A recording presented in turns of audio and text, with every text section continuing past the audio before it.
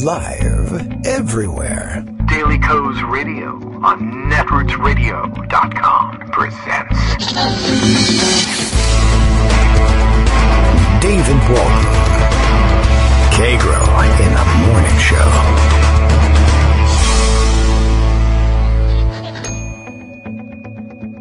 Now, here's David Waldman. Hey, good morning, everybody. How you doing? I'll tell you how I'm doing. Not so good. All right. A little bit rushed here today. Thursday, February 20th, 2020. Yes, 2020. So go out and buy your lottery tickets today, although obviously if you do, I never really mentioned this, but I guess when we tell you to go out and buy those lottery tickets, if there are enough superstitious people out there, your share of the winnings would be that much less, and so maybe it's not a good day. All right, well, go random mathematically. You should be going random on other days, I suppose. But it's fun to say so anyway. Did you watch the debate last night? That makes one of us. A lot of people did, actually, as it turns out, and we'll see whether Greg managed to get up to the TV. I actually, as you know, I kind of studiously avoid them. Although I was very surprised this morning to find out that my wife she's even less inclined to watch them than I am. And I wondered whether she might be interested in yesterday's debate. And as it turns out, she kind of was, but only after the fact.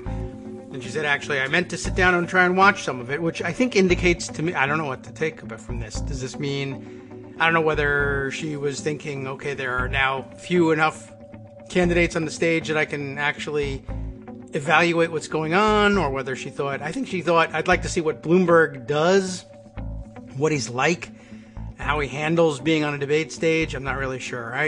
We'll find out. Maybe I'll ask her about it. I'll interrogate her later.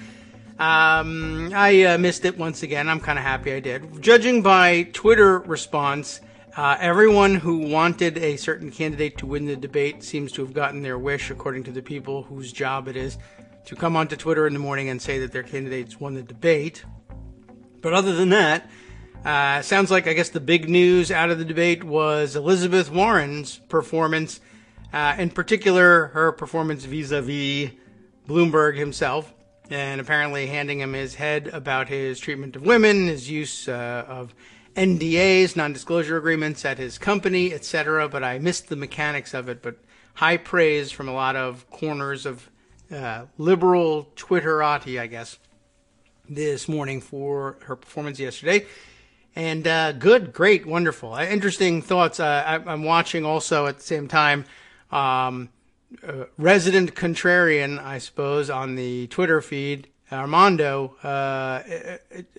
taking the contrarian view of things. Not so much that I don't think he's been saying that she didn't perform well, Warren, but rather questioning why the targeting of Bloomberg versus the targeting of Bernie Sanders as an option, being that, which I guess means that as we were mentioning the other day, with respect to the polling, that has to mean that Bernie Sanders is the front runner at this point. I mean, it's not by a long shot, and it's not the way we usually, I don't think, declare front runners. It's usually because somebody is pulling away from the pack, and there's been some voting as well, and there really just hasn't been enough. But the material we have to work with, I guess, would indicate if you gotta, I don't know if you're forced to say someone's a front runner right from the beginning, but if you were going to force yourself to do that, I don't see how you could choose anyone other than Bernie Sanders at this point, though I'm striving mightily to do it, apparently.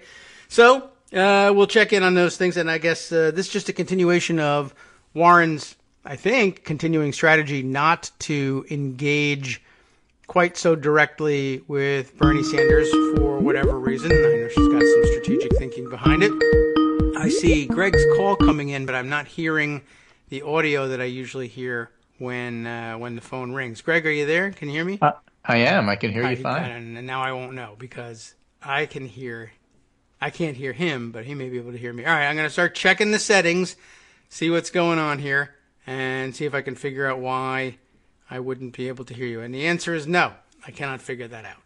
So let's say, give me a second here, and maybe we can do some clicking and checking of boxes. And should we restart Skype? Is that maybe I can? Oh, you know what? Let me try calling Greg. Maybe that would work. How easy will that be to do? Let's see. Well, not that simple. Let's give this a shot, though. See, now it says it's ringing on my end, and I don't hear it. So that's bad news. Greg? Does that work? Still no. All right. Tell you what I'm going to do. I'm going to panic. How about that? Hang on a second, Greg, and I will restart Skype and see if that works.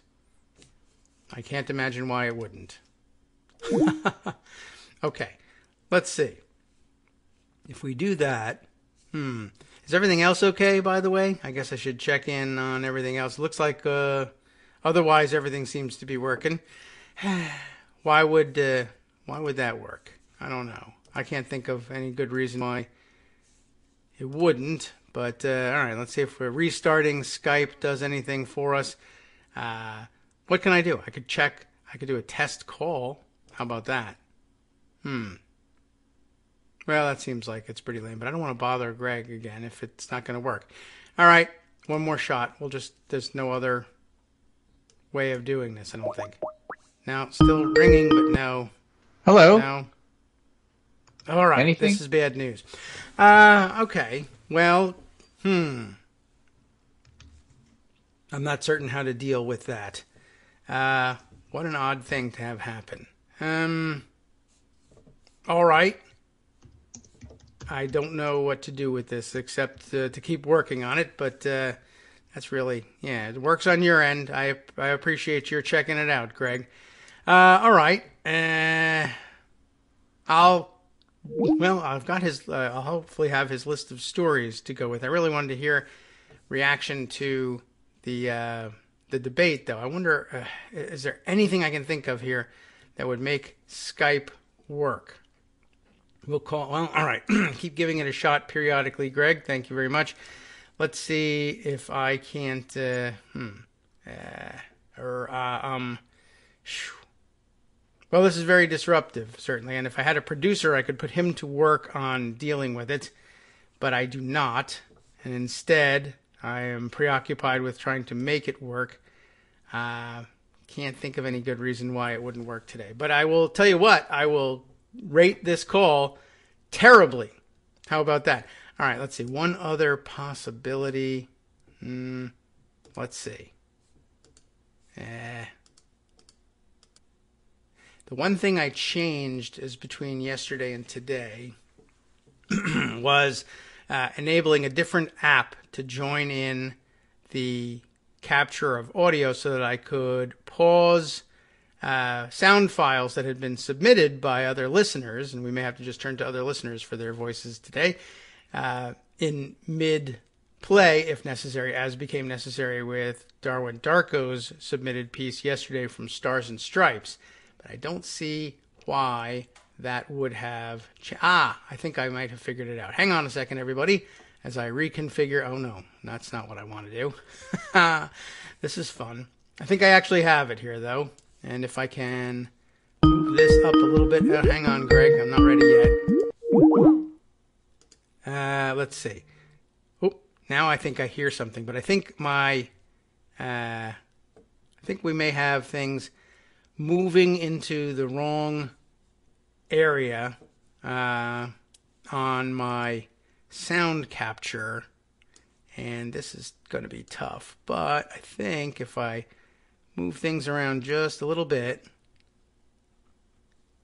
And, all right, well, maybe I can try that. All right, let's try this, Greg. Turn it off, turn it back on again. Oh, my gosh, what a distraction. So this is some scintillating radio, I'm sure. All right, let's try one more time. I will try calling Greg and see if it works. There we go. All right, I have the sound. Ta-da. Hello. Any luck? Yes. It works. I managed to. I bored everybody to death talking about how I was going to fix it, but I did fix it. Oh, yeah, cool. So, okay, that's just one of those things that you can't really multitask, but okay. Got it. Good morning. How are you? Hey, good morning. I'm fine. Terrible. So you were talking about Elizabeth Warren and her path and such, but I thought I would start out with the Grabtharp's Hammer by the Sons of Warvin, You Shall Be Avenged recap. All right. Of what happened yesterday, which is really easy to do. You can do it with one tweet, And that tweet was by Reuters, who I think captured the moment when they said this quote from Elizabeth Warren to Michael Bloomberg: "I'd like to talk about who we are running against, a billionaire who calls women fat broads and horse-faced lesbians. And no, I'm not talking about Donald Trump. I'm talking about Mayor Bloomberg." So that was like the first comment, and went after him and just eviscerated him throughout the debate, particularly picking on him for his non-disclosure agreements, the NDAs that he refused to get rid of. And he just looked awful. And that was pretty much the reaction. I have some really great headline pictures here from the local tabloids in New York. Daily News said Bloom goes the dynamite, and New York Post with a beat-up Michael Bloomberg on the front cover and says Black and Bloom. Warren leads brutal Mike beatdown. And that's pretty much how everybody took it. So I don't think there's any question about that. The question you brought up, and the one that Armando brought up, is, does it do Elizabeth Warren any good? And by the way, why didn't she do this to Bernie? Why did she do this to Mike Bloomberg? And there's an obvious answer. Okay. And that is that Bernie's people are unshakable. It's 30% of the electorate for the Democrats. And she went after the 70%. And so it makes more sense for her, if she wants a path to the nomination, to leave Bernie's people alone and go after everybody else, because everybody else is more people. Yes. Right. Well, it seems to make sense to me. And also, of course, I think a lot of her fans also said, well, that was actually something that needed to be done just for good reason. Well, yes. I mean, so whatever else happens, thank you very much for taking this guy down, because I think that was good. Now, what you have is the spectacle of Bloomberg getting eviscerated versus Bloomberg's ads. Ads, okay. Yeah. I mean, he's paying a ton of money, a crap ton of money, in order to get everything on the air.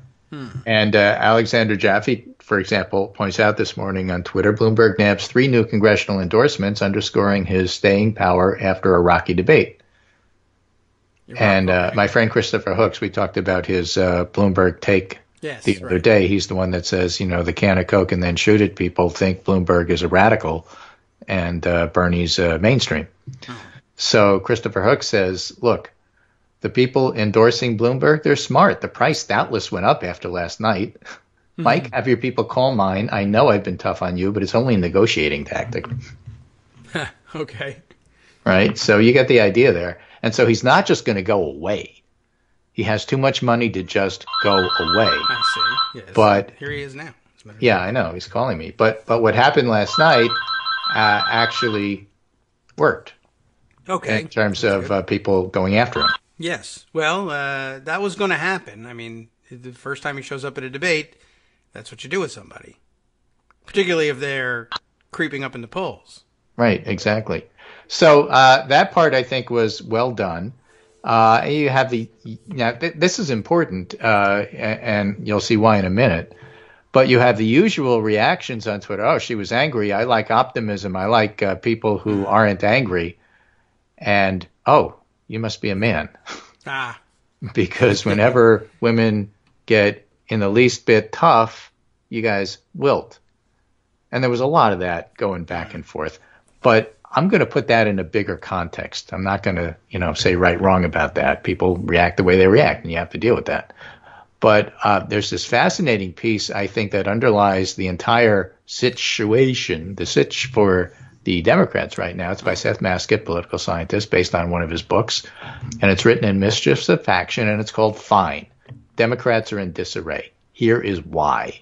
Oh, all right.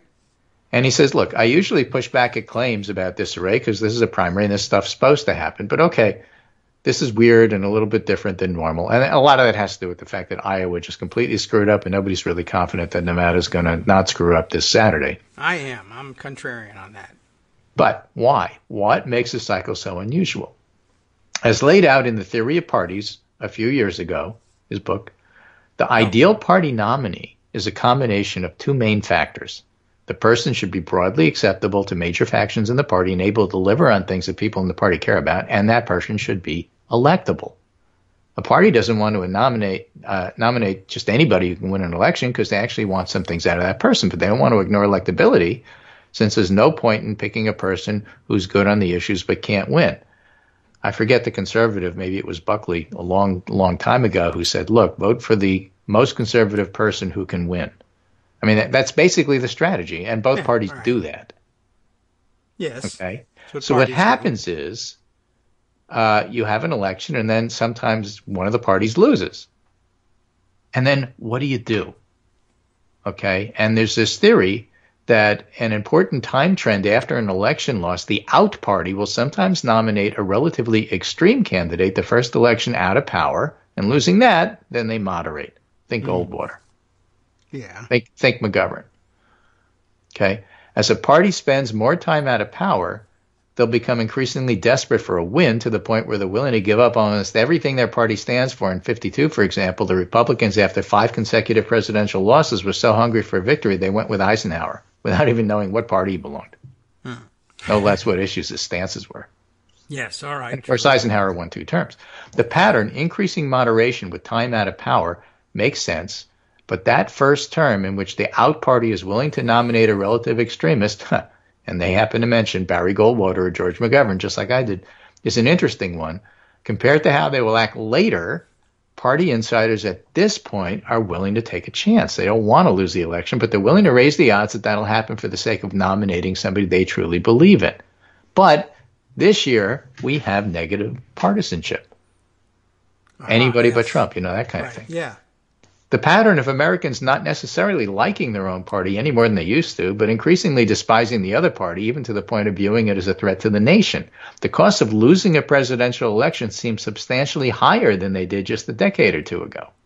So, negative partisanship can make the out party, after even 1 term, act more like a desperate party that's been out of power for 2 or 3 terms, and that's where the whole idea of bringing a moderate comes in. That's how Mitt Romney won.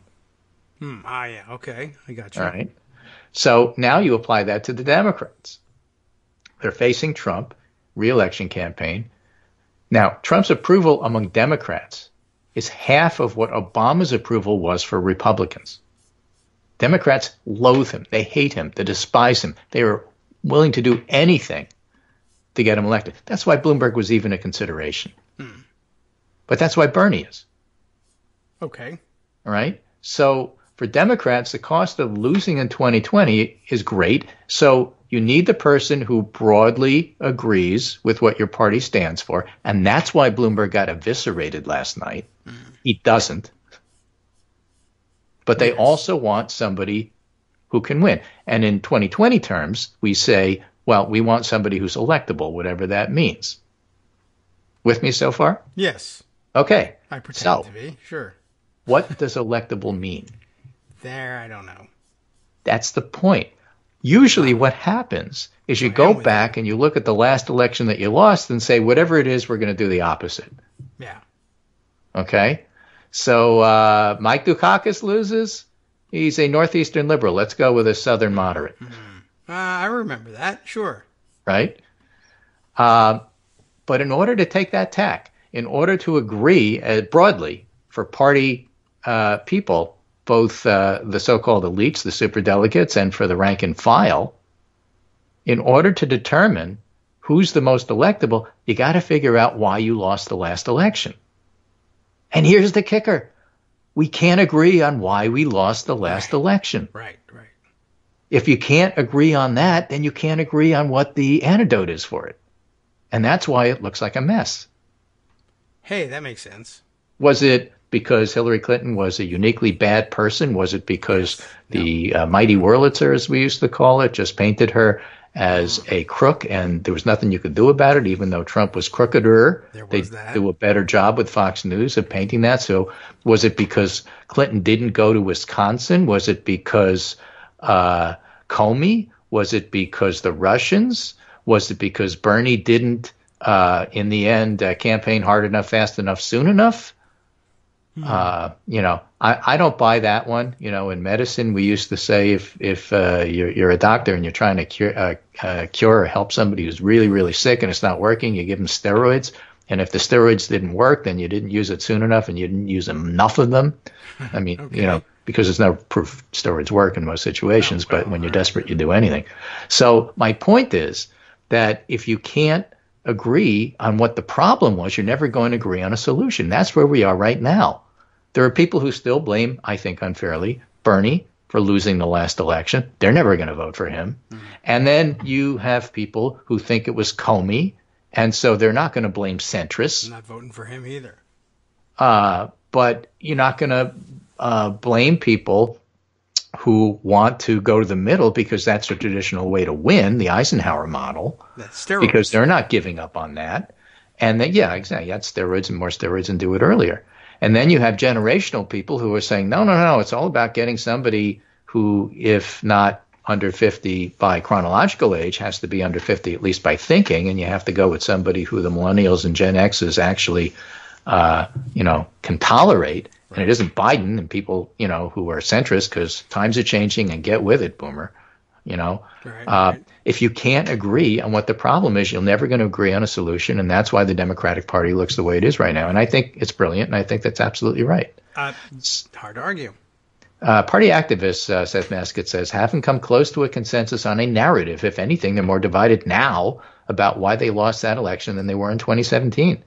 All this is to say that the normal process by which party insiders pick a presidential nominee has been short-circuited. That doesn't necessarily tell us which way the party will go, but it suggests the type of nominees Democrats have come up with in the past, experienced politicians with stances that are broadly acceptable to groups within the party, are at a disadvantage this time around. And you see that when every time somebody like a Pete Buttigieg or an Amy Klobuchar or a Joe Biden tends to surface as seeming to do well, they get attacked, and they get attacked viciously. And the reason they get attacked viciously is that people who think that they're the reason they lost last time don't want them because they fear losing again. And the people who look at a factional candidate like Bernie, who is not broadly acceptable to the party as a whole when it comes to party elites, but is acceptable in terms of who the base is, then there's no way elites are going to be able to direct that. And that's why Bernie is in a much stronger situation than a 30% vote would give you. Okay. I don't know. I think I can accept it. I think I can work with this. So I think it's pretty good.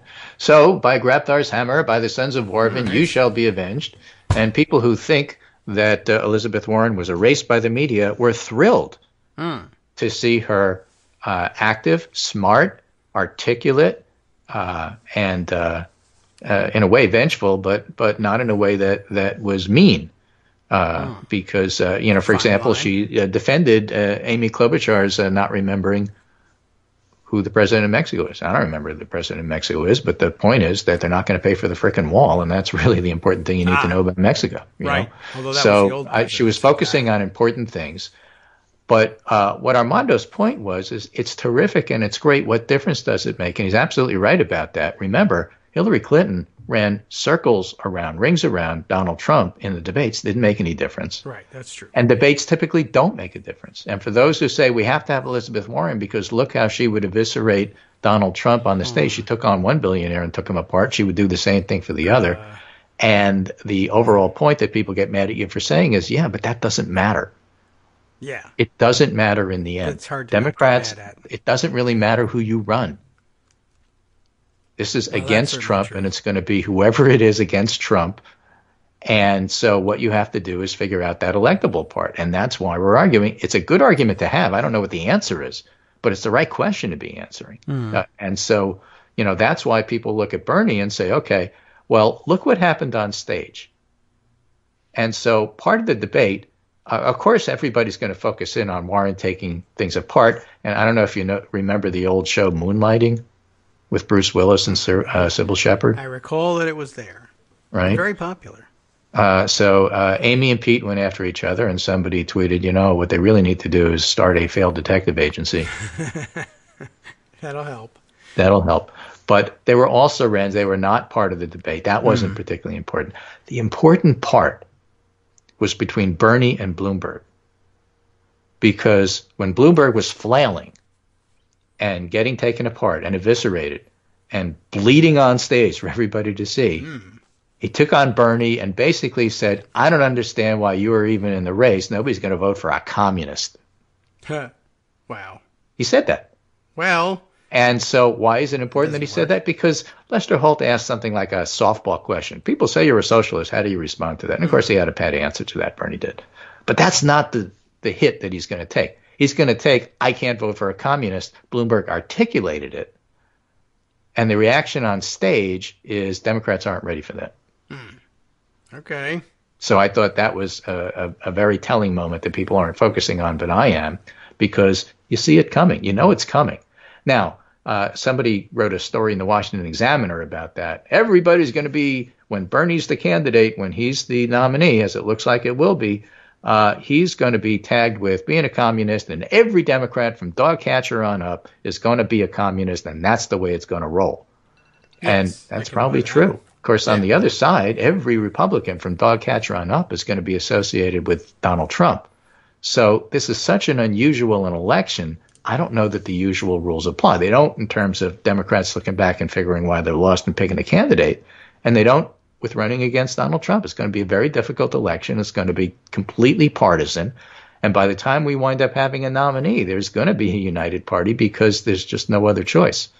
And I don't see it as a bad prediction or a difficult prediction. It's going to be against Donald Trump, who's going to be accusing every Democrat of being a communist. How are we going to react? Yeah, well, we know that play is coming. Certainly. We know it's coming. Yeah, you're absolutely right.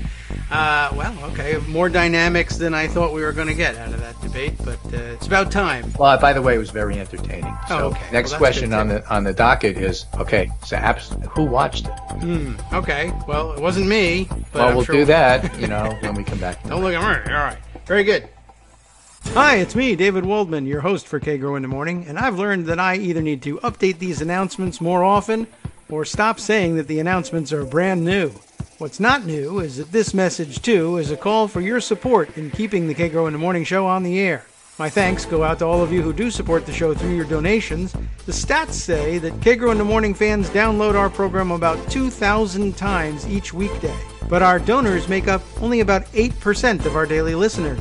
Patreon.com, Patreon.com, makes it simple to make easy, secure, recurring monthly contributions to support our show. Patreon.com/KagroX gets you straight to our donation page.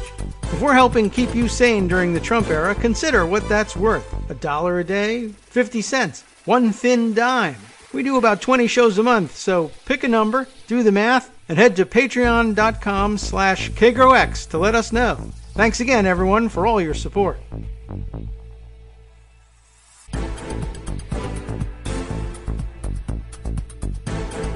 Welcome back now to the Kagro in the Morning Show here on Netroots Radio. Greg is still here, and I still hear him.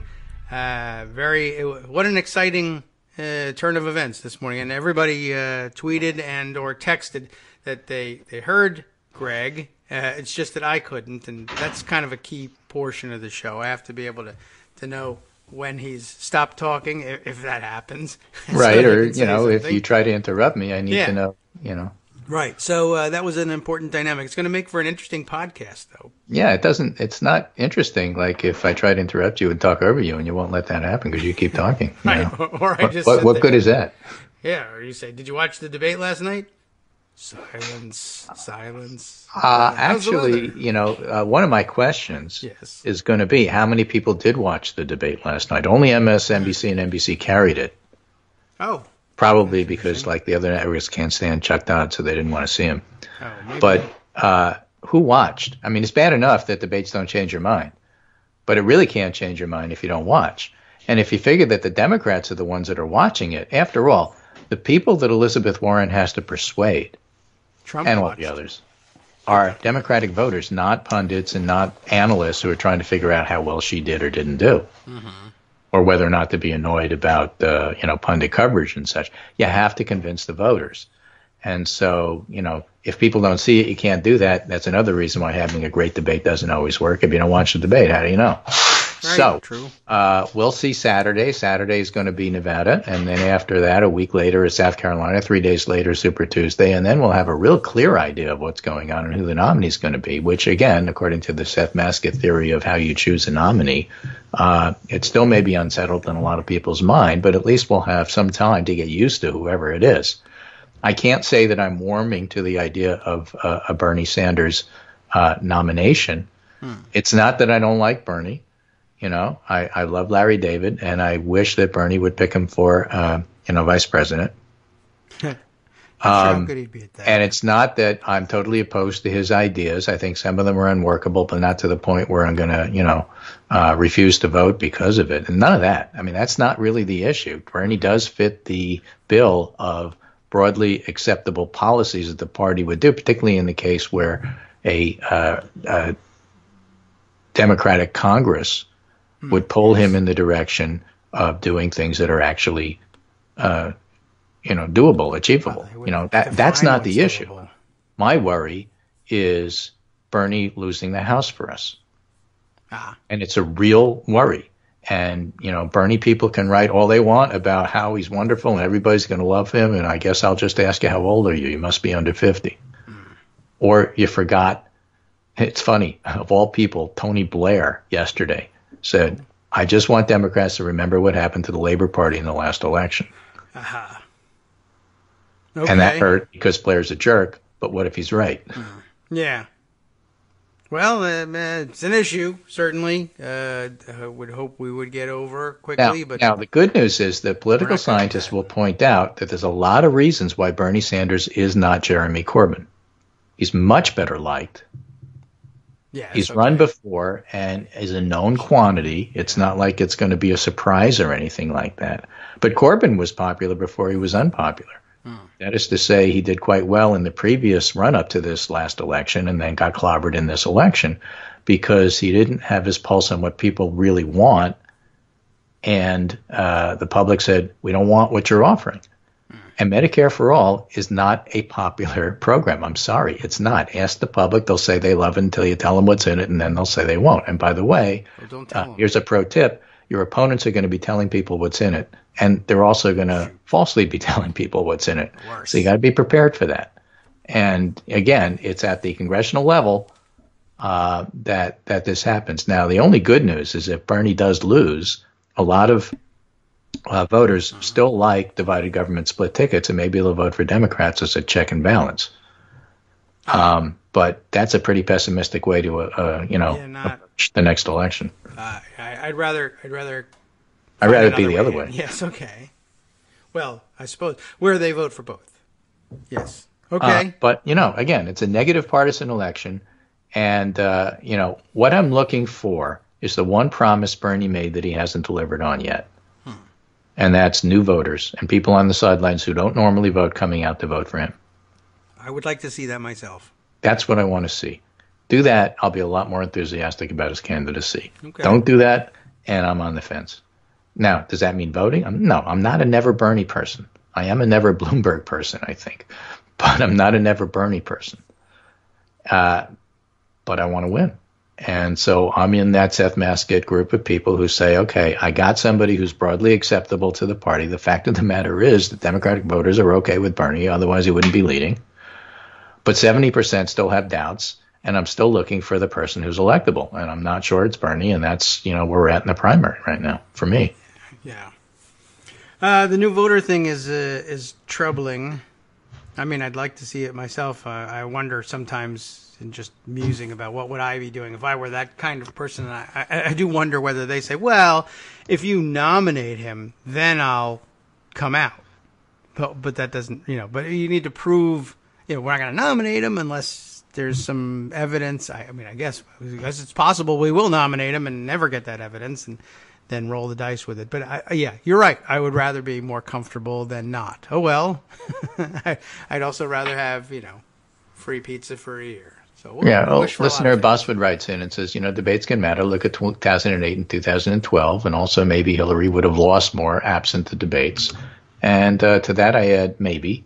But in fact, in 2012, arguably Obama got trumped traditional use in some of those debates with Romney and still won. And the other side of the coin is that 2008 wasn't about debates. 2008 was about an inept Republican response to a crisis that George W. Bush was in charge of at the time it happened. Yes. So I don't think the debates were really the issue in 2008. But anyway, that's what it is. Okay. That sounds good. That's a good number of things for it to be. So what else can we give you here? Aaron Blake had a fascinating tweet, which I have to tell you. Okay, so Megan Murphy, analyst, okay, bureau chief at Business, ex-Financial Times, uh-huh, does the banking and legal beats, and is based in London, England. Okay. And I'll tell you the bio piece that's most interesting after that. Writes, I feel sort of bad for the pundits, journos who thought Mike Bloomberg was going to deliver a strong debate performance, clearly not actually around the man himself in recent years. And I double-checked that bio, and it starts out with ex-editor Bloomberg Businessweek. Oh, Oh, yeah. It's, and you go, maybe she doesn't know.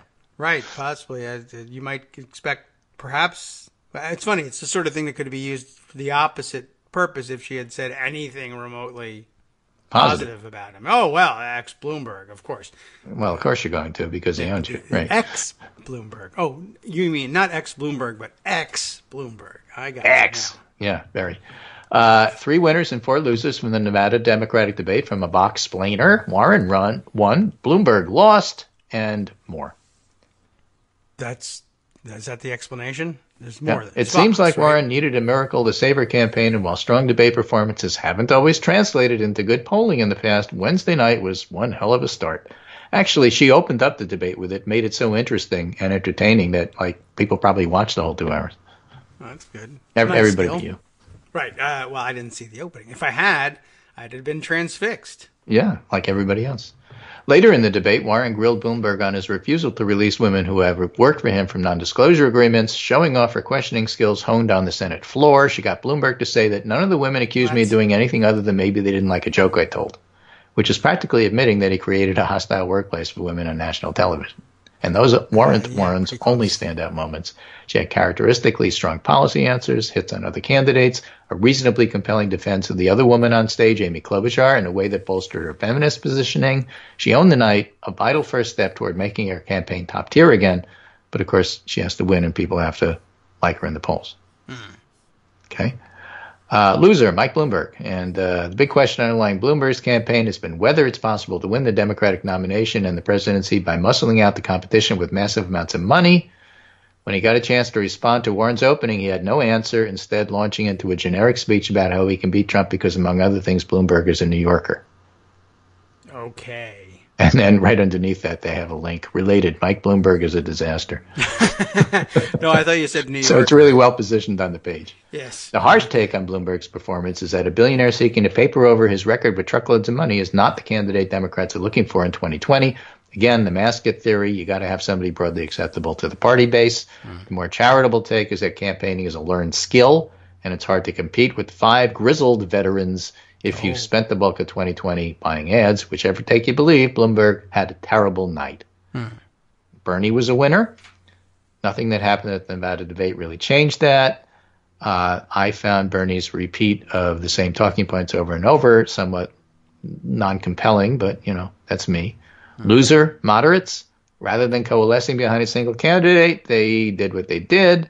Then there's the Pete and Amy show. Loser was diversity.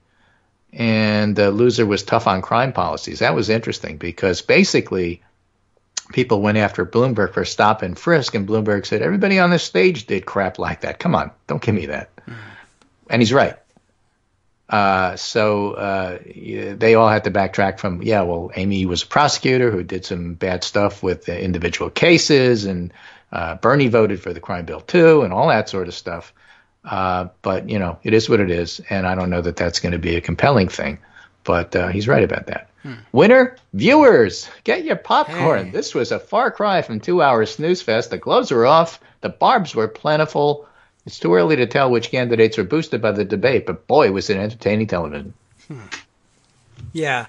Well, it is too early to tell, and I don't know if we'll ever be able to tell. This is an awkwardly positioned debate honestly, because it's going to be followed up immediately by the another caucus, and most of the votes in the caucus have already been cast, and we'll have to wait. California's for the next already thing. voting. Yeah. I mean, there's a lot. But Super Tuesday comes in, look, it's Thursday. So we're talking about 3 days for Nevada, another week for South Carolina, and then after that, 3 days for Super Tuesday. Yeah. So we're talking about less than 2 weeks. It's all going to be wrapped up. True. Yeah, so that's why they had to go for it now. They don't have wait much for time. a bounce. Yeah. All right. Well, I don't know what to tell you. Maybe our primary schedule is stupid. Now, it's interesting, of course, the never Trumpers and the moderate conservatives who aren't happy with Donald Trump. Well, Donald Trump won the debate. Sure. Automatically. Yeah. Because basically what they're saying is if you don't run Mitt Romney Democrats, you're going to lose. Oh, they're taking the Dwight Eisenhower view of how elections are won. And, the sad part is they might be right, but that's not what the Democratic Party wants to do. And so they're going to do what they're going to do. You can't make them do what you think is the better plan because what's electability and maybe you're wrong. Republicans, you can't, certainly. All right. Well, I won't be nominating Mitt Romney. So you're going to have to put up with a lot of, oh my gosh, they really blew it. This changes everything in a situation where debates never change anything. Okay. Right. Rob George writing over, and he's a conservative, by the way, just the never-Trumper conservative, writing over at New York Daily News, Women with a Plan, Elizabeth Warren mounts a comeback at Mike Bloomberg's expense, which is a nice rehashing of the takedown. Okay.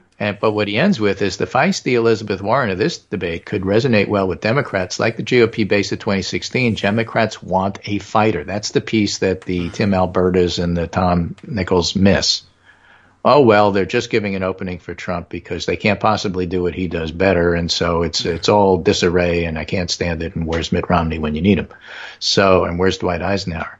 But Rob George puts his finger on it. Democrats don't want somebody who's going to be nice. Mike Tomasky wrote, what the Democrats are missing on stage was optimism, the kind of optimism that Obama brought to his candidacy. And while that's true, and while there's still time for it, it's not what the times call for. We're talking about right now a president who wants to put white nationalists and Fox News commentators in every important position, including director of national intelligence. Yes. Because he wants that jerk from the ambassador from Germany, Grinnell, to be in that position. He's got it. And, it's time for fighting. It's not time for optimism and being nice. Democrats want a fighter, and that's why, as painful as it was entertaining, it's important that the Democrats did what they did. Because basically what they did, each one of them in their own separate way, using Mike Bloomberg as a foil, said, here's how I would go after a billionaire who we want to beat.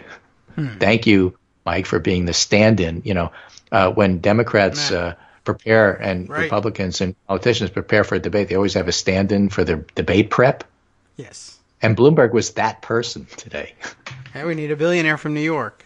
We need a billionaire from New York. We need somebody whose New York sensibilities of humor doesn't play well with the rest of the country. The sarcasm doesn't work. None of it works. Okay? So good. You do that. You sit there. We'll pound you in practice. Thank you so much. You're doing the country a service. Sorry about the blood. So Democrats want a fighter.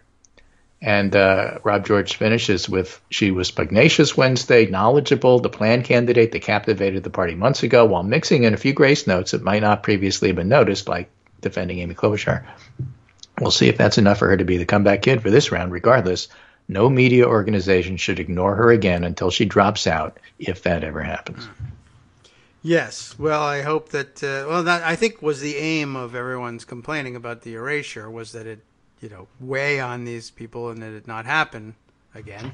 By the way, and I do have to add one thing about Bernie that really pisses me off. Yes. Is claiming at the end when the moderators asked, so if you come into the convention, it's not going to be a contested convention. I think Bernie will lack it up before then. But if you come into the convention and you have the most votes but you don't have a majority, what should happen? Should that person automatically win, or should the rules be the rules and then whatever happens, happens? And, of course, every other candidate said, well, the rules are the rules and let what happens happens. And Bernie said, no, whoever's ahead should win. Okay. And that's fine, given the situation he's in. The problem is 4 years ago, did he take that position? No, he did not. Pure, crass opportunism. Yes, I suppose it would be. But America wants a fighter, and that's an opportunist. Yeah, it's not the biggest thing in the world, but no, I don't like his candidacy. I like him. What's not to like? He's an ex-New Yorker living up in Vermont. What's not to like? Okay. But I don't like his candidacy. I don't like his surrogates. I don't like dividing the party. I don't like running somebody who I am unconvinced is electable. But there's other people than me voting, and there's more of them than me, and so I figure he'll get the nomination. Okay. Well, seems early, but it only seems early. Well, 14 days from now, we'll have another discussion about this. Okay, and I hope it's clearer then, even though I don't really fully believe it will be. But okay, yeah, well, you make a good argument for everything today, introduce some interesting concepts into the mix as well, and I'm getting more comfortable with things as they go forward. Yeah, me too. I certainly am getting more comfortable with the idea that Bernie's going to be the nominee. Yes. I see the issues. But then again, he's running against Donald Trump. Yeah. And so, Bernie's one of those candidates who could win by 8 and lose by 35, and you don't know. Yeah, that's the not knowing that I dislike. But, I mean, when do we ever really know? Well, when people do we know think they anything know in usually the Trump don't. era? And the only way to really know is to look back, and then that doesn't even help, because when you look back at 2016, we can't agree. Yeah. And so there you have it. We know everything. We know nothing. Nobody knows nothing. Trademark is my handle for this particular Democratic primary. Nobody knows nothing. So we'll see what happens on Saturday. We'll see what happens the week after, which I think is going to be very telling. Mm-hmm. Because I want to see if people in South Carolina can unite behind a candidate. And if they can't, then, look, if people of color can't unite behind the Democratic candidate, we're screwed in November. Yes. Well, it's not only up to South Carolina, but that would be a good signal, certainly. Yep. Anyway, the other thing is anybody who talks about lanes, that Bernie and Elizabeth are on the liberal lane and everybody else is on the moderate lane, basically, as I was chatting about with John James, one of the people I talk with on Twitter, this is talk radio. Okay, first time, long time. I think this guy should be the quarterback for the Giants. Uh-huh. If you're using terms like lanes, like you know what you're talking about, you're one of these talk radio guys who calls in from the sidelines who's never actually tried to do this. Okay. There aren't any lanes. Let's talk about lanes. It's a ghost concept.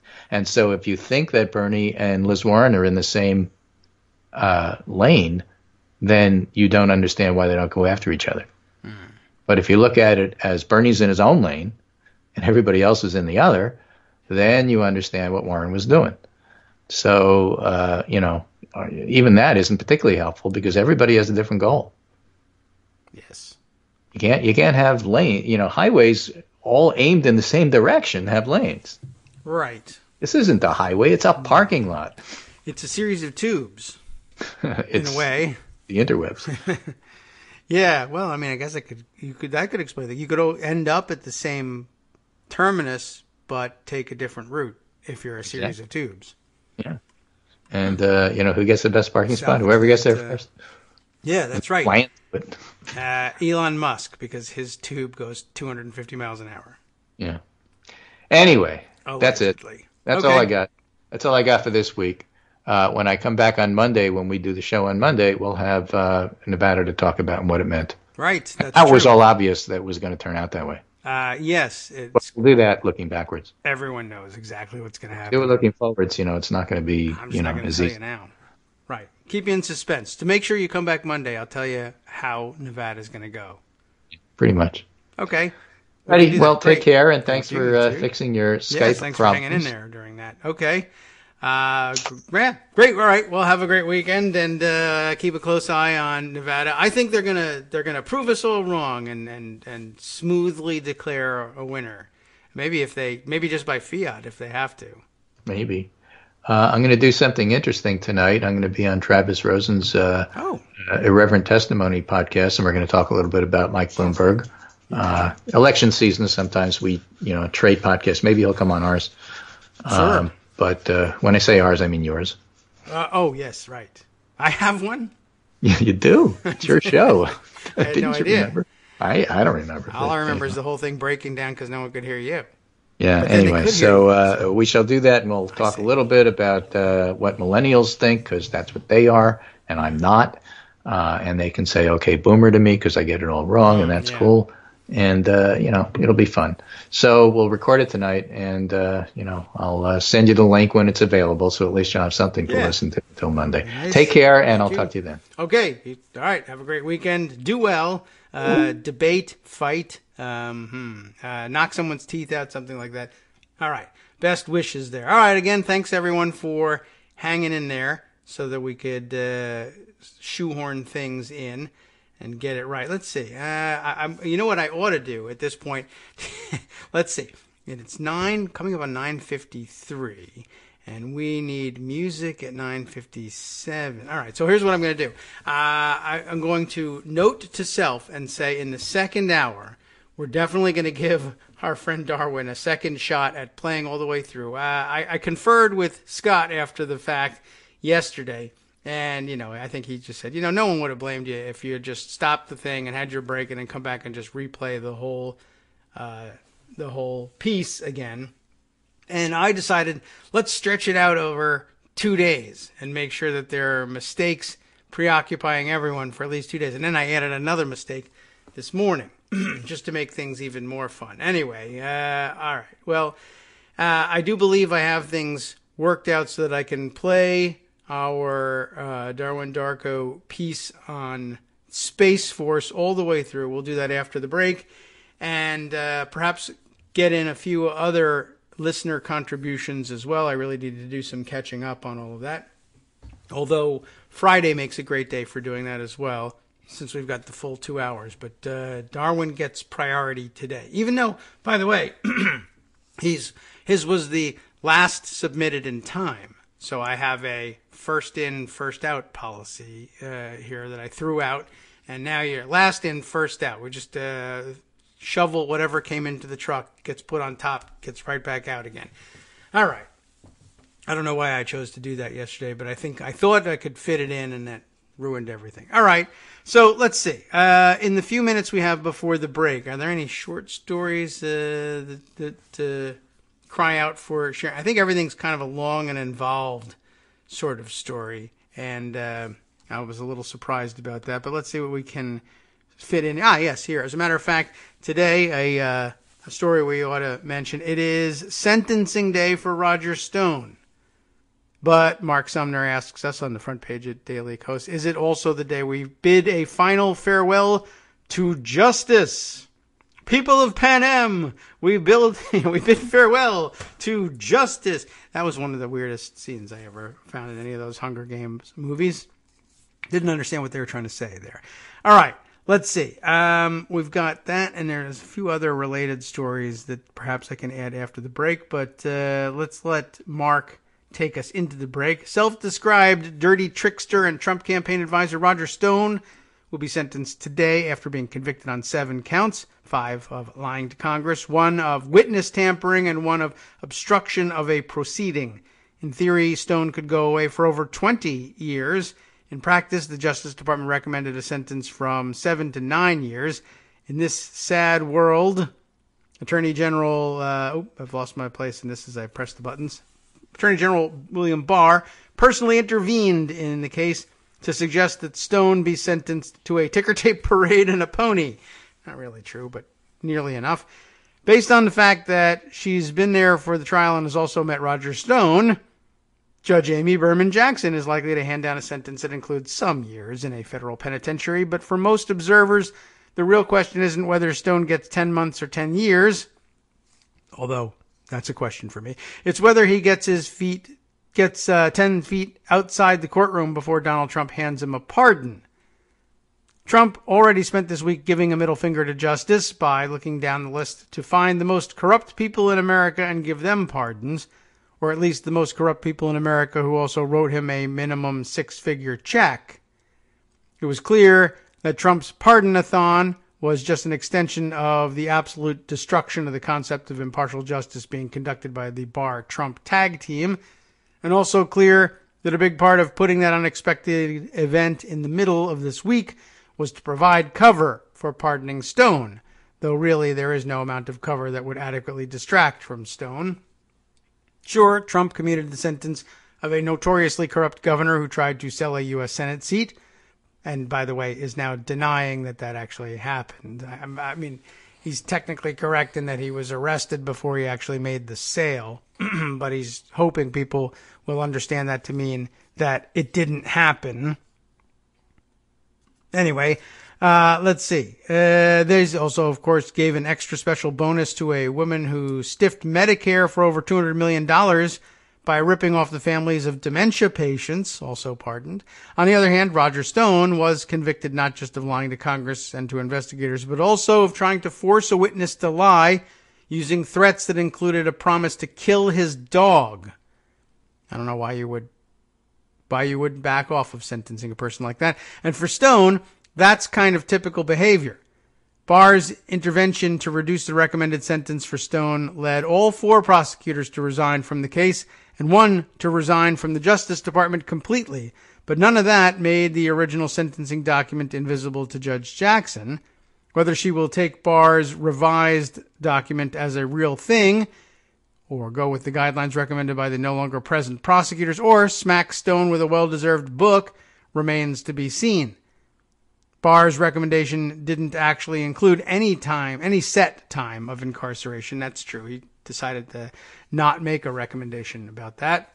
Though it did not explicitly call on Stone to be placed on probation, so almost anything seems possible at this point. But we'll know soon. The sentencing is scheduled for Thursday morning. That's right about now. The pardon will take just as long after that as it takes Stone to cut a check.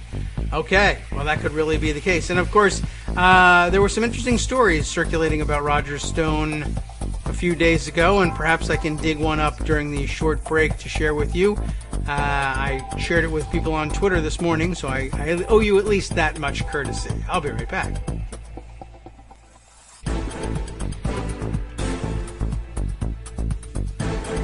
Welcome back now to the Kagro in the Morning Show here on Networks Radio. And, all right, I did find everything I needed to find during the break. I was reminded of this story, which I just learned a few days ago, by the tweet from Bobby Lewis of Media Matters. And he was tweeting around a clip of Andrew Napolitano on the Fox Morning News program, I guess on Fox and Friends this morning. I think it was this morning, calling for the pardon for Roger Stone, interestingly enough. I mean, it was interesting just because Napolitano the other day, a couple of weeks ago, was the guy on Fox who was willing to say, willing to admit the truth about what the president had done and whether or not he deserved impeachment, and said, yeah. And, in fact, removal from office. But he now says he's calling for the pardoning Roger Stone because the whole case has become a complete, quote, mess. And it was Napolitano pushing the theory that the jury was somehow biased against Stone in some impermissible fashion that we read about yesterday. Actually, Mark Sumner was discussing that. And that was a fascinating thing, of course, because he's a judge, and, he's supposed to know that, one, there's a voir dire process for the jury during which Stone's lawyers would most assuredly have discovered what those biases were, or at least have had the opportunity to discover them. And two, there's a transcript of how it went so that we know that they did, in fact, discover them. And yet here's Napolitano yesterday saying, oh, well, somehow this bias was hidden and it never came to the attention of Stone's attorneys, and so therefore there should have been a mistrial of some sort, or some sort of method of intervening to prevent the sentencing from going forward. And simply not true. Anyway, here he is today saying the trial is a complete mess, and says This is not about politics and it's not about friendship. It's about the Constitution and human decency. That's why Stone should get a pardon. And I really can't figure out exactly what it is he thinks he's talking about and why the Constitution and or human decency would be would make proper grounds for intervening with a pardon in this case. I mean, it's about the Constitution, and the Constitution has a pardons clause, but that's about it. As for human decency, well, that just doesn't enter into anything. As I had to comment this morning, Roger Stone reportedly wrote on Facebook at some point, and I have the report for you. Well, you know what? Maybe it's better that I just read you the report. Rather, well, who cares about what I said on Twitter? Let's talk about what the person who said the thing that moved me on Twitter said. It was Norman Ornstein.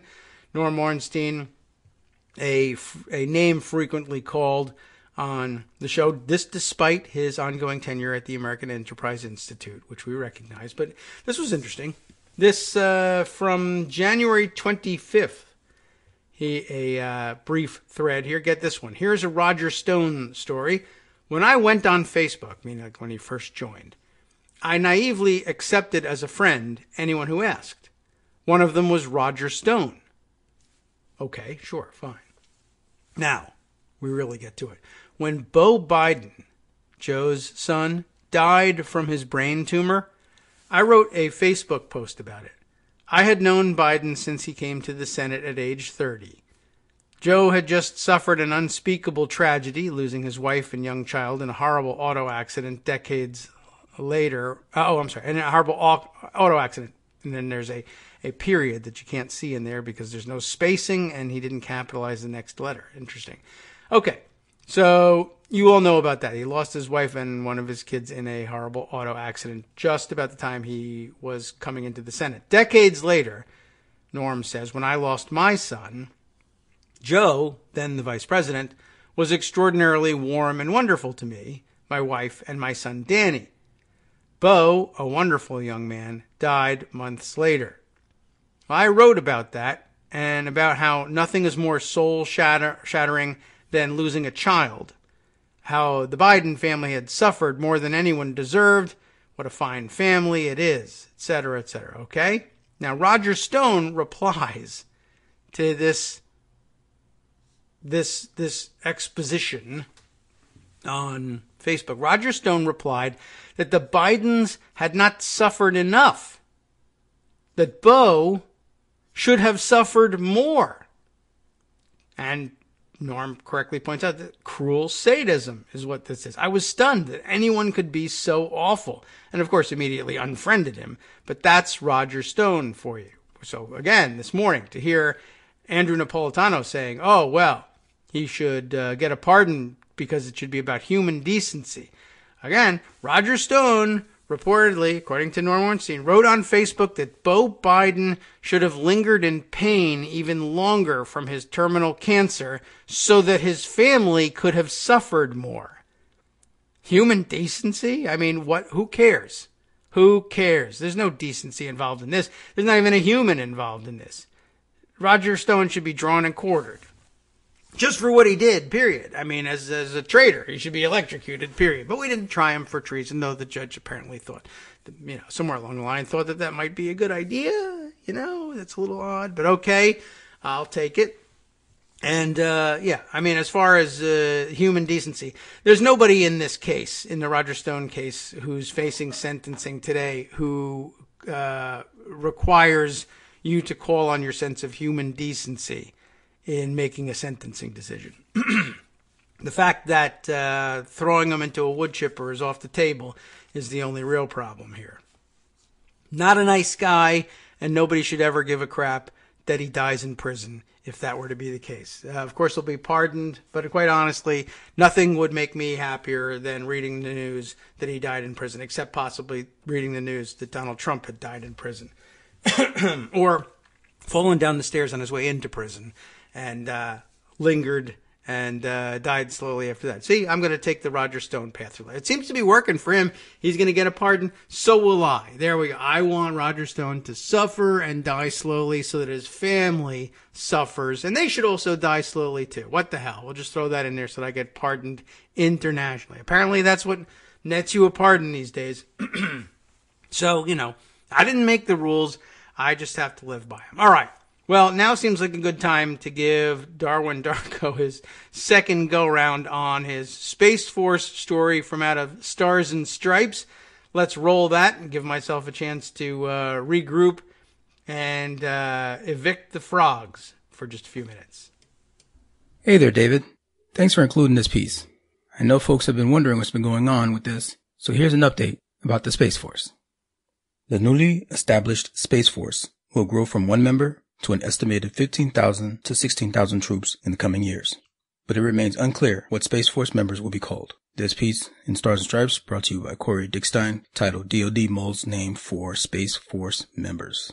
Space Force planners are taking the naming of their troops very seriously, said Air Force Lieutenant General David Thompson, who was assigned as the Vice Commander of the Space Force. It's something we've spent some serious time and energy on, Thompson told reporters on February 5th at the Pentagon. There are a couple of really strong options on what we might be called, and some pretty strong opinions. What we'd like to do is ensure we've thought as broadly as we can and consider what that ought to be before we land on it.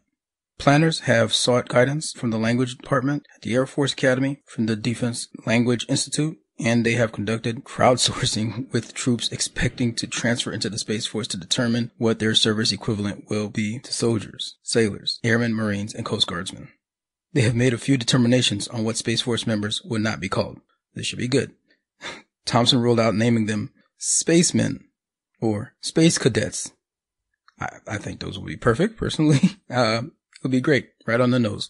But he continues. He declined to identify names that officials are considering. It is just one aspect of many unknowns that remain in the development of the first new military service established since the Air Force creation in 1948. It will still be months before the Space Force has actual troops. Now, about 16,000 personnel, about 3,400 Air Force officers, 6,200 enlisted airmen, and some 8,000 civilians are assigned to the Space Force but remain a part of the Air Force. To date, only one person has been officially transferred into the Space Force, the Chief of Space Operations, General J. Raymond. But officials expect about 6,000 troops from the Air Force's space operations to officially transfer into the new service by the end of 2020. According to a report provided to Congress on February 3rd and obtained by Stars and Stripes, the officials expect space operators now serving in the Army and Navy will transfer into the Space Force by fiscal year 2022. The report lays out the transfer process for troops who will join the Space Force. Quote, to do so, those members will formally resign their commission or terminate their enlistment with the Air Force, Army, or Navy and recommission or re-enlist into the Space Force, the report states. Our troops working in space operations, which include space intelligence, space engineering, space communications, and space acquisition, will be expected to transfer into the Space Force. They will not be forced to do so, Thompson said. As a general principle, if you are in space operations, officers, or enlisted members, the assumption and the expectation that you will transfer into the Space Force, he said. For those who may not want to, for various reasons, we'll have mechanisms in place. You can find Corey at dickstein.corey@stripes.com or on Twitter at cdicksteindc. And you can find me, Darwin, on Twitter at Darwin_Darko. Back to you, David. Why, thank you. And I appreciate that. And a good plug for yourself there. I owe you the apology for butchering things yesterday. I really thought I had that all engineered. And now I do, although then it caused another engineering problem today. So how do you like that? In addition to my struggles yesterday, you're, I guess, technically a big part of my struggles this morning. And by the way, I love that the switch over from your setup into your dramatic reading of the piece was really interesting. That's for just a second there. You put on like your dramatic announcer voice for the story on the formation of the Space Force. I really enjoyed that. So thanks very much for pitching in on that. And I think I'm looking back over your record. Almost all the pieces, you're basically our Stars and Stripes correspondent. And I appreciate that because it's not something I often spend time thumbing through. But, you know, it's been in the news. I mentioned the other day that I guess the president's the president's proposed budget has slashed funding, I think zeroed out funding for Stars and Stripes, which is an odd thing to do for sure. And I don't know whether it's going to stand up budget-wise. As we described, there are lots of things that occasionally get proposed in a president's budget, some more serious than others, but very few of which are carried through into the budget that matters, the congressional budget, unless, there's been a case made for it publicly. But if it's controversial at all, funding tends to get restored. But I thought maybe I might add some context to things by grabbing a relatively short, I hope, piece from the Columbia Journalism Review regarding the Stars and Stripes situation. Not so much focusing on the budgetary brass tacks of it as, why is it a big deal? And for some of us who might not be familiar with Stars and Stripes, I think a good backgrounder on what exactly it is. I mean, if you haven't been a member of the military, particularly those deployed overseas, then you might not have run into it or really come to understand why it's such an important source of news, what the philosophy of it is. And I'm sure in the Trump White House, they're just like, well, what do troops need newspapers for? There's plenty of newspapers out there. Let them read the ones that are commercially available. Well, anyway, Columbia Journalism Review prints this piece from John Alsop, who writes Stars and Stripes and the First Amendment. And begins this way. On the eve of the Trump administration presenting its budget proposals to Congress, the Wall Street Journal reported that the Pentagon plans to cut back, if not eliminate, its funding of Stars and Stripes, a government-owned yet editorially independent newspaper covering military matters. That was news to the paper's top management, which is interesting all by itself, which wasn't officially informed of the planned cut until Monday morning. Initially, the extent of the cut wasn't totally clear, though Terry Leonard, the paper's editorial director, told NPR that it could amount to more than a third of the paper's budget. On Wednesday, the Pentagon confirmed that it wants to cut the subsidy in its entirety. Like any newspaper, Stars and Stripes draws revenues from subscriptions, sales, and advertising, but it says it also depends on the Defense Department subsidy to cover the expensive and sometimes dangerous task of overseas reporting and distribution. They do have an unusual mission in that sense, don't they? Why is the Pentagon targeting Stars and Stripes now? Officially, the decision stems from a wide-ranging review ordered by Mark Esper, Secretary of Defense, in a bid to free up extra funds. But Elaine McCusker, the Pentagon's acting comptroller, and remember, she was up for the permanent job and might now find that job offer yanked because of her willingness to remind the president and the president's staff of the state of the law with respect to the Ukraine money. Same person, Elaine McCusker. Elaine McCusker, the acting comptroller, also said the department had decided that in the modern age, running a newspaper is probably not the best way we communicate. That remark elicited pushback. Barbara Starr, Pentagon correspondent for CNN, noted that the print edition of Stars and Stripes serves troops overseas who can't use their phones for security reasons. They don't get to read the news the same way the rest of us do. Conveniently on your phone these days. Leonard pointed out on NPR that Stars and Stripes isn't just a dead tree product, but has a digital presence, including a podcast. And Ernie Gates, the paper's ombudsman, took issue with McCusker's use of the word communicate. Stars and Stripes' mission is not to communicate the DoD or command message, he tweeted. So we communicate misses the mission. Instead, Gates wrote, Stars and Stripes is an independent First Amendment publication. I asked him what that looks like in practice, given the operational and financial involvement of the federal government. And he told me in an email that the arrangement does entail some limitations. Stars and Stripes journalists are Pentagon employees and are barred from revealing classified information and running editorials, though they can publish secrets revealed by other outlets, as well as outside opinions. Nonetheless, Gates said, Stripes is part of a free press, free of censorship, free of command interference, free of prior restraint or prior review. Its reporting on the military, he added, is analogous to the freedom a commercial news organization should have to report on its business side or ownership.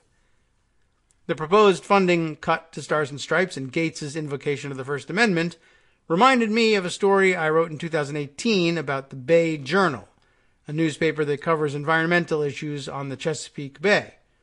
The Bay Journal grew out of the Clean Water Act, which included provisions to keep the public informed about efforts to clean up the bay. The Journal has performed that function, first as a newsletter and then as a full-fledged newspaper. Like Stars and Stripes, the Journal is editorially independent but receives significant state funding, in its case from the Environmental Protection Agency. In 2017, the EPA moved to cut the Journal's funding. Its official reasoning was vague, but internal emails clearly suggested that the decision was linked to the paper's coverage. As a result, the Journal sued the government on First Amendment grounds, claiming that the cut amounted to discrimination based on viewpoint, which it is, and thus was unconstitutional. It also argued that it had been denied due process. In the end, the EPA backed down and restored the grant. At the time, the Journal's plight intrigued me. How could the government, which is, after all, elected to make funding decisions, be constitutionally bound to fund certain types of speech? Experts I spoke with differed on the merits of the Journal's case, but broadly speaking, the question boils down to whether or not a state-backed outlet has been designed as a government mouthpiece. If a Republican administration, for example, created a newspaper explicitly to push anti-abortion views, a subsequent administration with different priorities would likely have a right to change course. When it comes to papers with independent journalistic mandates, however, that's less clear-cut. McCusker's use of communicate and Gates's objection to it thus goes beyond semantics. I would argue that Stars and Stripes, as an editorially independent organization, is a designated public forum under the First Amendment. Jonathan Peters, a professor at the University of Georgia and CJR's press freedom correspondent, told me in an email, the First Amendment doesn't require the government to subsidize expression, but if the government does, it may not then discriminate based on the viewpoints of the organization whose speech it's subsidizing. At present, there is no clear indication that the Pentagon wants to cut Stars and Stripes' fundings for reasons relating to its reporting. There is some evidence, however, of tensions between the paper and military brass. Leonard told NPR this week that while the Pentagon hasn't tried to interfere with its coverage, it has imposed restrictions elsewhere. We're finding that in the current atmosphere, access is getting tighter and tighter, Leonard said. You can't help but see that there's people that resent the fact that we're not playing ball with the team. Leonard and a Pentagon spokesperson did not respond to requests for comment.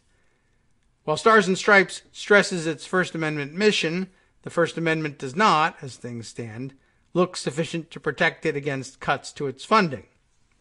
But it may not need it. With Congress divided, the Trump administration's budget as a whole is more a wish list than a viable legislative blueprint.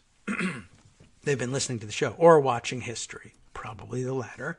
The Stars and Stripes proposal could be ratified individually, but in the past, lawmakers, including Republicans on the House Armed Services Committee, one of whom, Martha McSally, is now a U.S. Senator, have opposed cuts to its subsidy.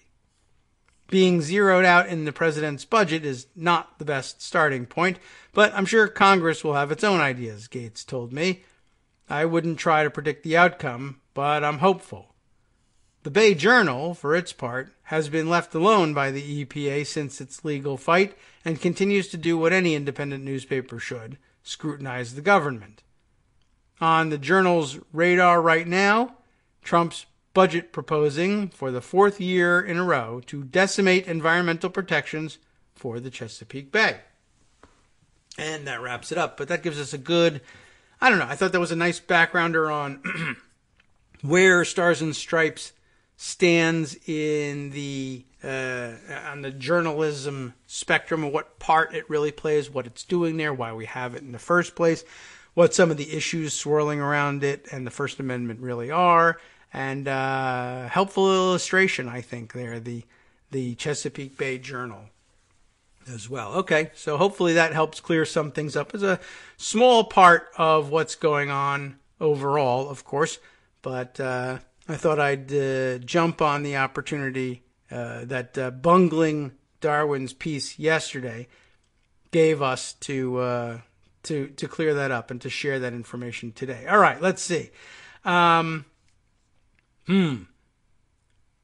Next up, I would guess, I think, well, all right, we're going to do another one of these things that we're going to have to carry over, I think, to the other side of the break. Big news today, although I should have been monitoring Twitter this whole time to see whether there was news from out of the Stones, sentencing. Let's see. I can't tell right off the bat, but we'll check that over the break and see if we can't figure out what's going on there. In the meantime, big news yesterday in the move of Richard Grenell, who was previously, or is currently, the U.S. ambassador to Germany, a huge Trump loyalist, to be installed now as the Director of National Intelligence, although, of course, he will be doing so in the acting capacity. That's right. He'll be the acting head of the acting Director of National Intelligence. I have a New York Times piece here that the headline reads, Trump names Richard Grenell as acting head of intelligence. And, well, he isn't that intelligent, of course. But he'll get the job nonetheless. As a matter of fact, Paul Waldman tweeting earlier today, Richard Grenell, whom Trump is putting in charge of all of America's intelligence agencies, is a couple of bullet points on him here. Longtime Republican PR guy, widely known as a troll, and has zero intelligence experience. So sounds like just the man for the job. Now, my understanding is that he will be installed as acting DNI, and that it works under the Deficiencies Act, right? Because, I guess there's more background necessary. You ordinarily can't just install somebody in a Senate-confirmed position like this, or move somebody from outside the organization that doesn't have a statutorily established path to the acting DNI job, absent Senate approval. There are a few people who could move into that job from inside the ODNI, or Office of the Director of National Intelligence, who statutorily, whatever deputies they actually had, can move smoothly into the acting role without requiring the Senate to act. But another dodge of Senate advice and consent that Trump has made extensive use of has been moving people who were in other Senate-approved positions into the acting role for a different Senate-approved position. And apparently that's one of the loopholes we've created for ourselves along the way. Not a particularly wise one, if you ask me. I mean, it's certainly within contemplation for my part that the Senate could advise and consent to the service of a person who has perhaps either some troubling aspects to their character or whatever, but they might be fit for service in one area and not necessarily in another. I wouldn't accept the fact that they were approved by the Senate for one job to necessarily mean that they would have been approved by the Senate for a second job, nor would it necessarily be the case that their performance at the first job wouldn't become a factor preventing their acceptability, or destroying their acceptability for the second job under consideration. But whatever, that's the loophole we have, and I suppose it's one we have to live with. So it seems to me an extraordinarily dangerous development for a number of reasons, not the least of which were the ones we began touching on yesterday, that the Trump administration's insistence on probing the probers and putting Department of Justice personnel to work on the task of prying open sources and methods information from the intelligence community and piping that information directly into a White House deemed to be under the control of the Russians seemed like a dangerous thing, and this only makes things worse.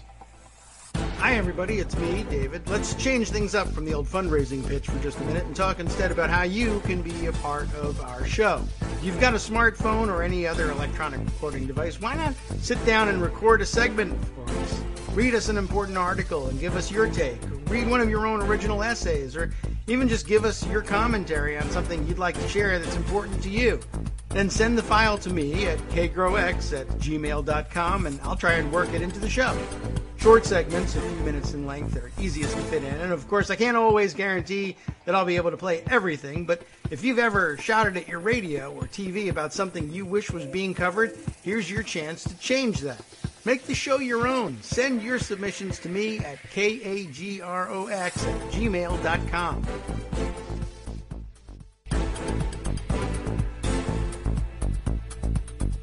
Welcome back now to the Kagro in the Morning Show here on Netroots Radio. Let's see. I wanted to move back towards Richard Grenell and his new job. I guess I'll look at the New York Times piece here. And I believe, thinking about things in the last segment, I believe I accidentally called out the Deficiency Act as opposed to the Vacancy Act, which is a little bit, could almost be seen as, it may even be listed as a synonym towards the end of the list in the dictionary. But no, not the Deficiency Act. That's an entirely different thing that permits, as I recall, I think the Deficiency Act is about allowing the armed forces to take control of material or funding in the absence of statutory funding for them through the appropriations process. But that's not what we mean.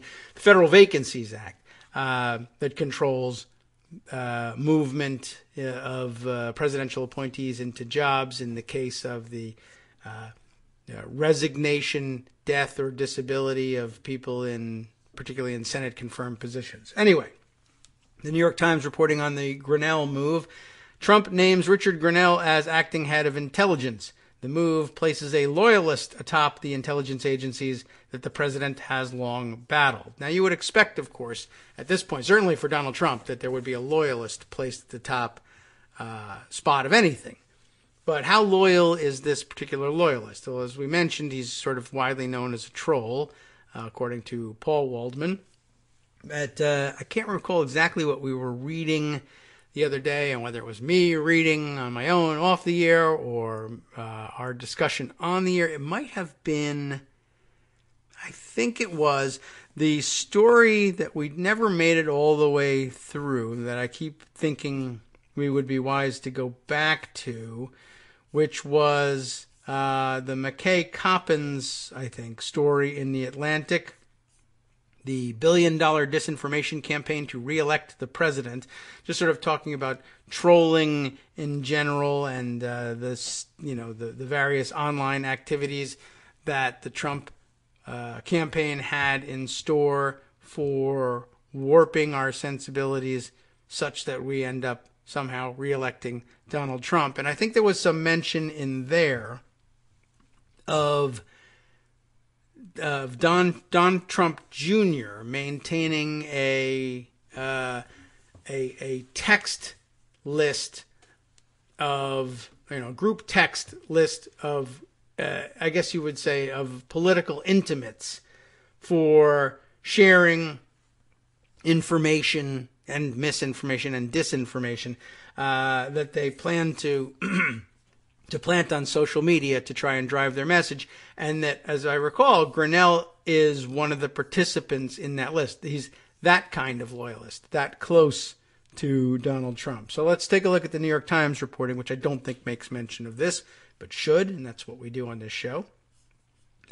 Julian Barnes, Maggie Haberman teaming up for yesterday's reporting on the move.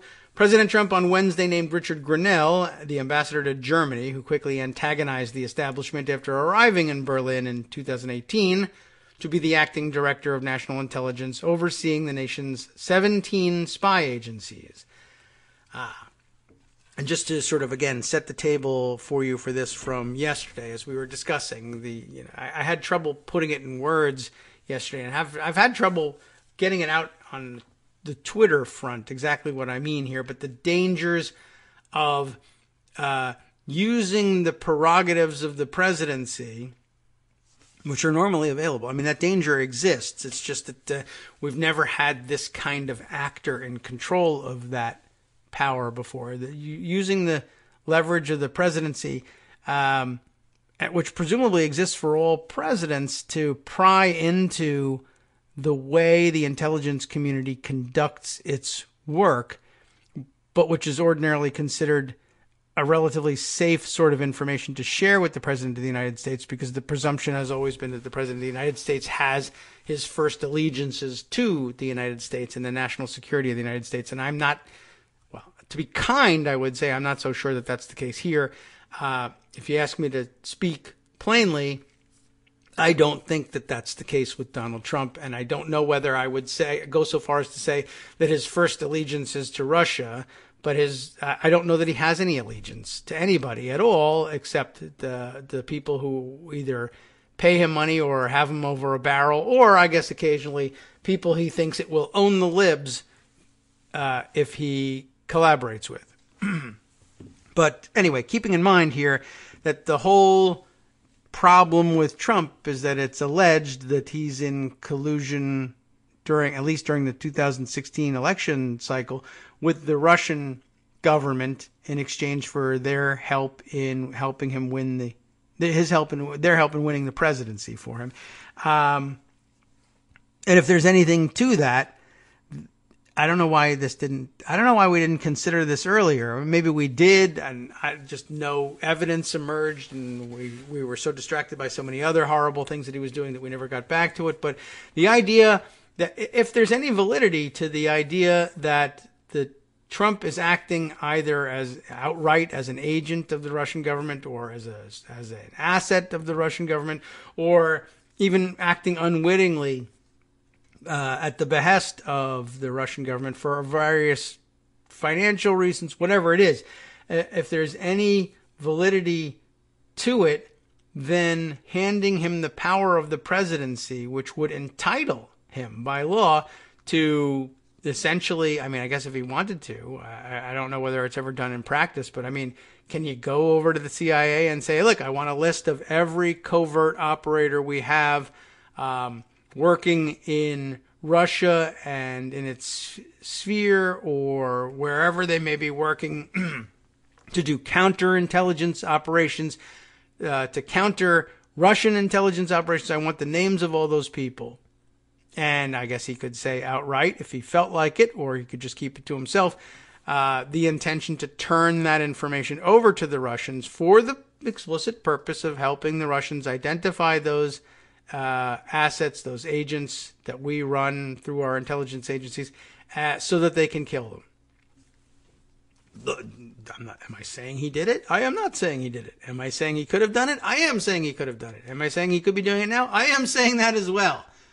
But, that would be unique among presidents, I think. It puts us in an extraordinary situation. But, I mean, if you win office under this cloud with the help of the Russians, and then begin moving, maybe not immediately, or maybe we just didn't know about what he's doing immediately, and only this comes to light now. We have what we have, and you go to war with the fact pattern you have, I guess. You've got a president who owes the Russians and who is then suddenly handed the keys to the most valuable possible information for the Russians and just begins piping it to them. Like, why not just set up a webcam as the director of national intelligence? You don't need Grinnell. Just set a camera and a microphone in his chair behind the desk there and turn on the computer and let Vladimir Putin read it all. Why not appoint Vladimir Putin, for that matter? Well, he's too busy, and the commute is murder. So, and I have to clear that up. It's metaphorical murder. I'm talking about Vladimir Putin here. So, I mean, we could be talking about literal murder, and he may just improve his commute by killing everybody in his way. I don't know. It's one of the things that's available to him as an option, I guess. But it seems like an extraordinary thing to install a spy as president and then say, well, what I'll do with my powers that you've given me, because for whatever reason, it's your dumb system, not mine. The Electoral College was designed to prevent this, I thought, but it didn't. So, okay, the Electoral College says I'm the guy who can walk into the CIA headquarters and demand the lists and locations of all the spies. And if I feel like giving it to the Russians, I will. Remember, we've given him the power to instantly declassify anything he wants. And even if he didn't declassify it, you couldn't charge him with the crime of violating national security dictates anyway, while he was sitting president, allegedly, according to this OLC memo that I don't think really means anything anymore and maybe never did. But suppose he doesn't want to do it himself, or suppose he finds himself too busy, or I would rather be eating hamburgers with both fists than doing this myself, and so I will add someone else to the mix to do it. Well, Grinnell's not a bad choice if that's what you're looking for. Now, back to the people who actually know what they're talking about, maybe, over at the New York Times. By choosing Mr. Grinnell, who has little experience in intelligence or in running a large bureaucracy, the president signaled that he wants a trusted, aggressive leader atop an intelligence community that he has long viewed with suspicion and at times gone to war against. That's a very generous reading of it. I would say that the president has signaled that he doesn't care about intelligence or running a large bureaucracy. He wants what he wants, and he wants it now, and that's sort of the end of it. Okay. Now, as ambassador, Grinnell made public statements that some German officials took as expressing opposition to the government there, an extraordinary intervention into domestic affairs that diplomats typically avoid. But as you know, in the Trump administration, international interference in the politics of other countries is something that they welcome.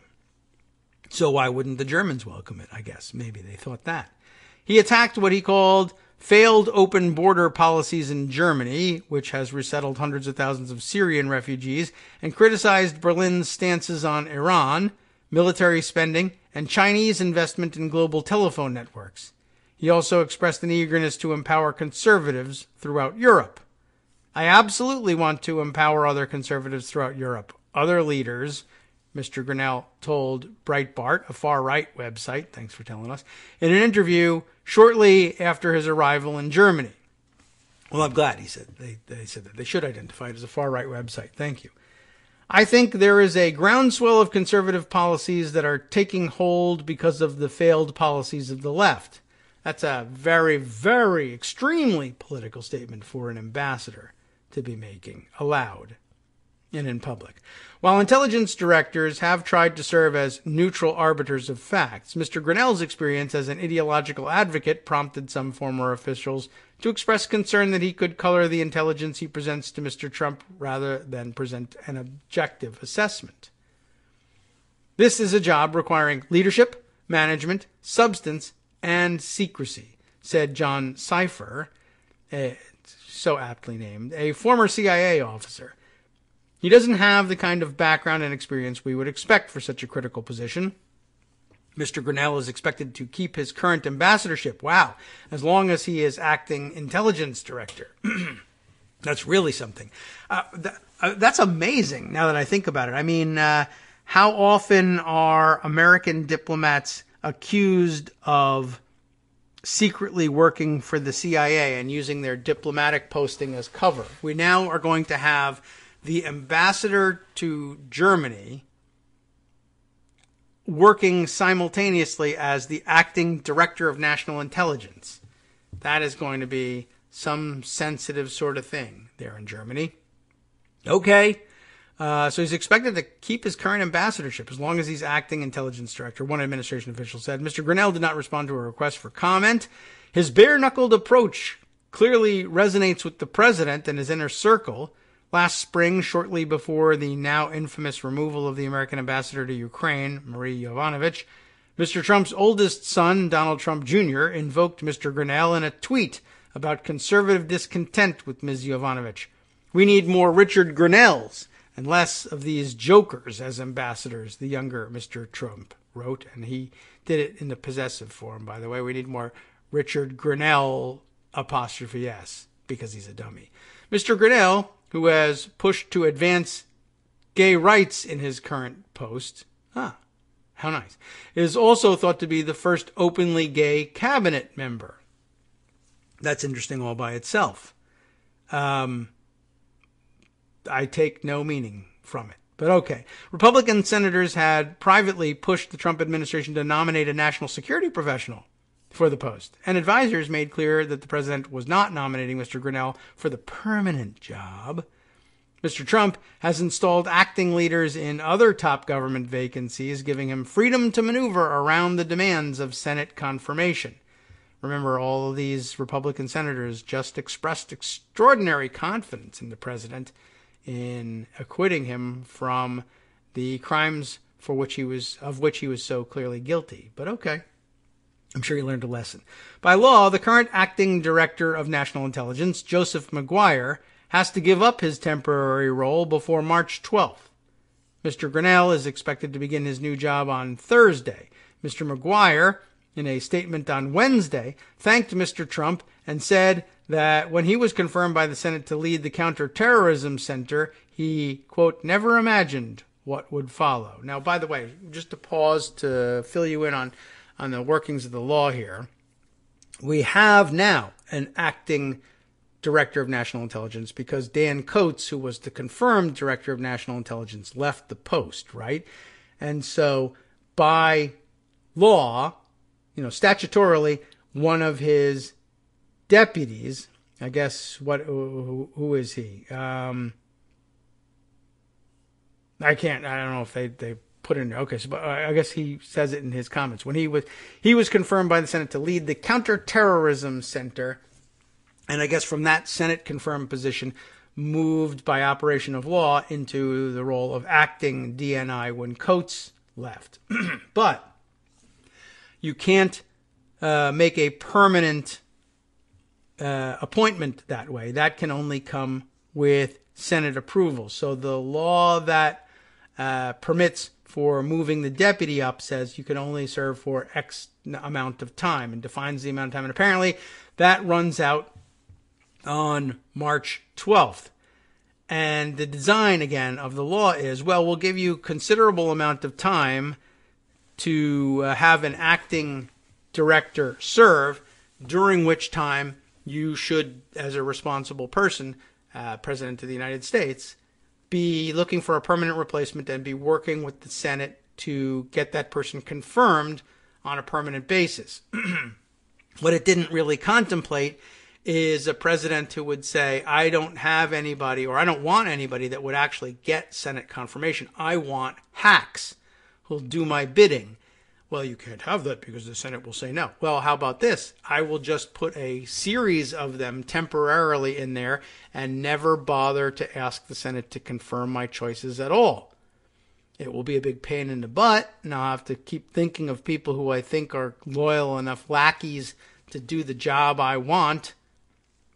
But, presumably someone who rises to the level of the presidency has no shortage of such people. Donald Trump, of course, engenders hate and is despised by all, and so has very few. But okay, he's got enough to make it through the end of his term anyway.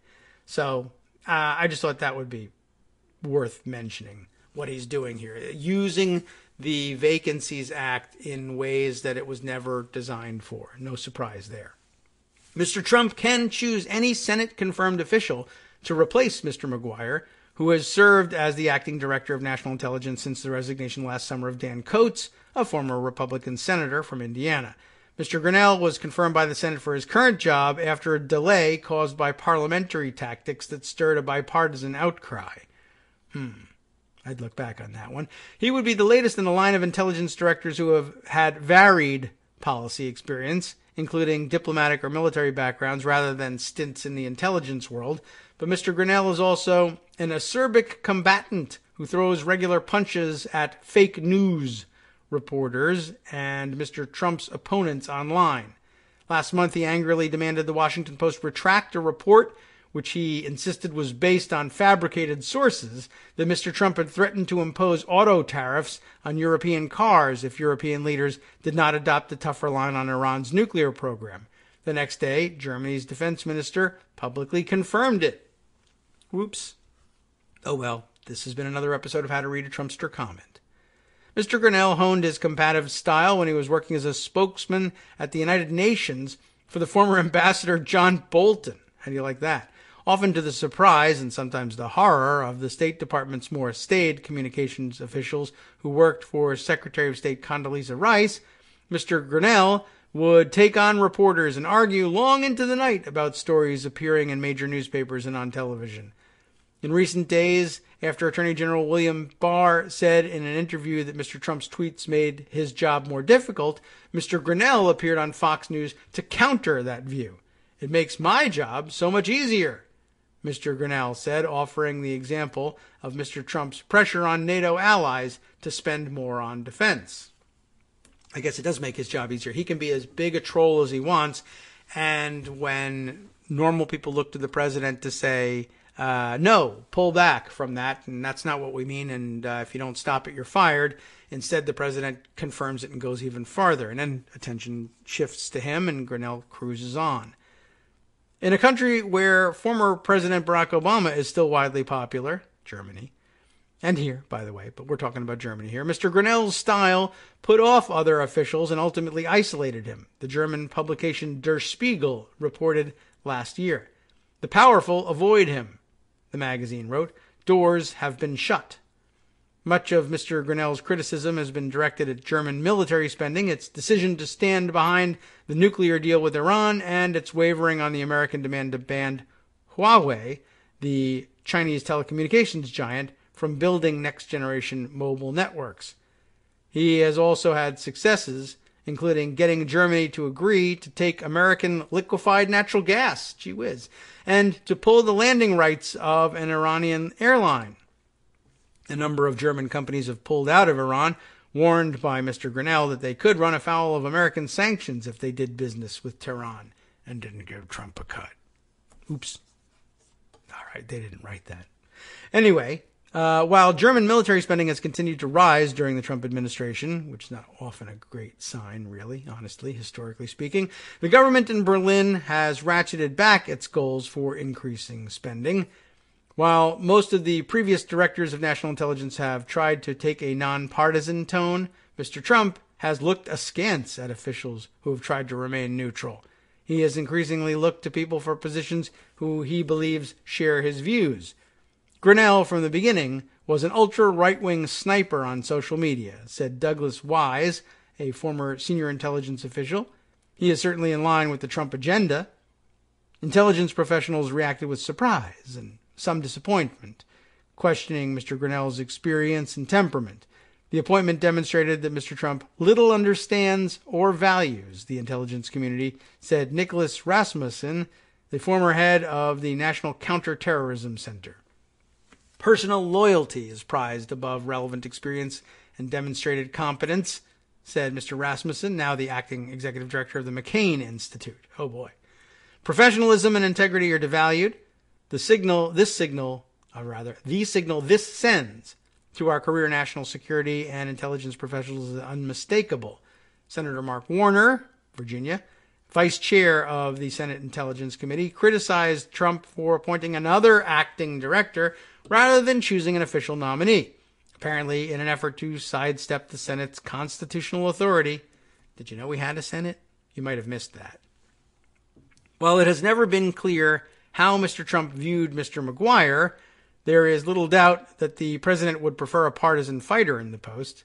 McGuire, a retired admiral, became the acting director in August, just as a whistleblower inside the CIA filed a complaint about Mr. Trump's dealings with Ukraine. Since even before the acquittal of Trump in the Senate impeachment trial, the president has been pushing to remove officials seen as disloyal to or undermining of the president or holding views contrary to the White House, looking for replacements who are more likely to follow the president's wishes. Trump has at times disparaged American intelligence agencies because he didn't agree with their findings, perhaps chiefly the conclusion that Russia interfered with the 2016 presidential election to help him win. He told his intelligence chiefs to go back to school after they offered assessments on Iran and North Korea at odds with his policy initiatives, but correct in all other respects, I might add.